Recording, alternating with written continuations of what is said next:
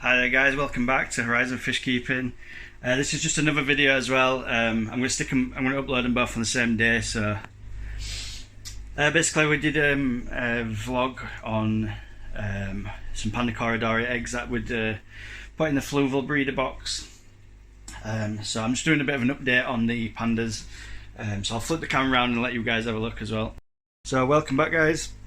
I did a quick video on this fluval breeder box and how I'd set it up. Basically I modified it slightly. If you jump back to one of the older video that I've made, you'll see this guy on there. So basically it's just modified for this particular way. The only thing that I will say is I took the divide out because I found that the way they designed the dividers, once it's sat down flat, it's leaving a gap underneath. I don't know if you can see the ends are slightly more raised, so when that's clipped down, the pandas are actually swimming underneath. So it's just a bad design really. I would have just made it so flat, it'd be much better. But yeah, anyway, we took that out. So we've got the Java moss in there, modified lid as you saw before in the other video. I just wanted to do an update because we've got a lot of these guys have hatched and we have got babies everywhere. I don't know if you can see, there's a lot of them in the breeder box at the moment. You can just see them dashing all over the place, look. So I'll probably say there's around 15 fry. Over 2 days have hatched. So I'd say it's a bit of a success, this fluval breeder box. Like I say, it's just a bit of an update, and I'll keep doing these update videos on the panda Corydoras because I wanted to do, in fact I'll do it now while I'm on camera, and then I just wanted to show you the TDS, the pH and all that stuff, what I've got the eggs in, because I've not used any meth blue or anything like that. I've just dropped them in here. I did find the eggs that are on the bottom didn't fungus, and the ones that had landed in the moss did. So I've been sort of taking the turkey baster out and pulling the eggs out with this, and I've just been dropping them in the tank behind. You can probably see them down there. I've heard before that sometimes because the panda eggs are so resilient.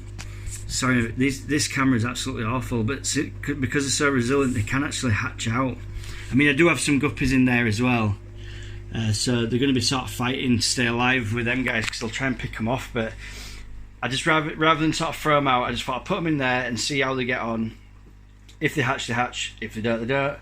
It's better than chucking them in the bin or whatever, or flushing them down the toilet and then I'd never know, sort of thing. Did they hatch or did they not? I don't know. So it's just a bit of an experiment of mine. So I've put them in the tank behind, and I'm just giving them the best opportunity to survive, basically.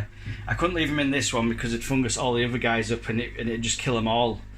So what I've done is I've moved them to the other tank. I know it's in the same water, but they're not touching each other or really close.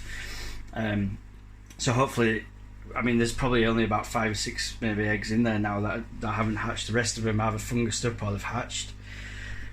So I mean, there's absolutely loads of these guys. There's probably about 15, maybe 20 that have hatched out. So I'm going to keep them in this for probably maybe, I don't know, another week, just so I can keep them close together. It's easy to keep them confined like that. It's a smaller tank to feed. I've been using the Hikari First Bites on its own so far, so they've been feeding yesterday and today, and they will be sort of moving up to baby brine shrimp probably by the end of the week now. So we're on Tuesday. So maybe by Friday, give it a couple of days, I'll move them on to baby brine shrimp. But I'll just do on the camera as well, I'll just do a pH test and all that stuff. I'll just get some stuff together and I'll jump back on. Again guys, I've got the equipment, well I say equipment, it's the easy way to test this really fast. So I've got a pH meter, this one is calibrated so it will be very close to what it is. I'll just pop it in there because it does take a little while, this thing for some reason. Just try and clip it on somewhere, leave it in water like that. And then I've got the other one's a TDS meter. These can be bought off Amazon, quite cheap. So TDS is 296, which is quite high for these guys, but well, 297 is not so bad.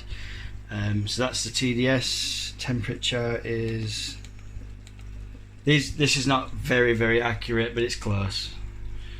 It says 23, but it's probably more 24, 25. So it's the bottom range of the heat for the Corydoras. They do like it a little bit cooler, I must admit, and the cooler you have it, the less chance you're going to have fungus on your eggs, I've found as well. If you've got it really warm, it tends to fungus up quite quick. And then my pH, I don't know if you can see that, is 7.43, so 7.4, which is, again, it's more or less neutral in it, you know.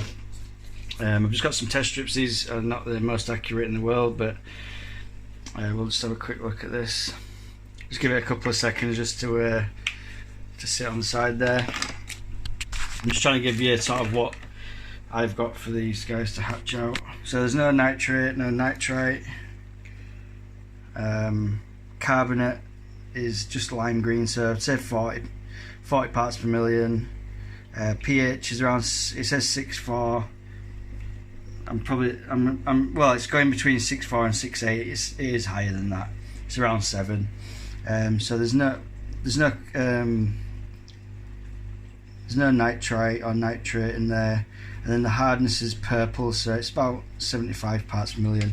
It's a little bit low, but that's what they're living in, and they seem to be doing all right, to be honest. I'm not concerned. I think it's better to sort of keep them in your water. Don't try and make water, as some people say. Making water is basically getting your tap water and adjusting it with buffers and all sorts of things like that, and trying to get your water to be what it's not. So like my water there is, I've got soft water here, and as it comes out of the tap, it's nearly RO. There's no carbonate hardness. It's just real basic water. Usually it's about 6.5 out of tap. So I keep soft water fish. That's the way I do it. You know, I know guppies and mollies can go harder water and stuff, but you know, I stick to like the rams and things like that.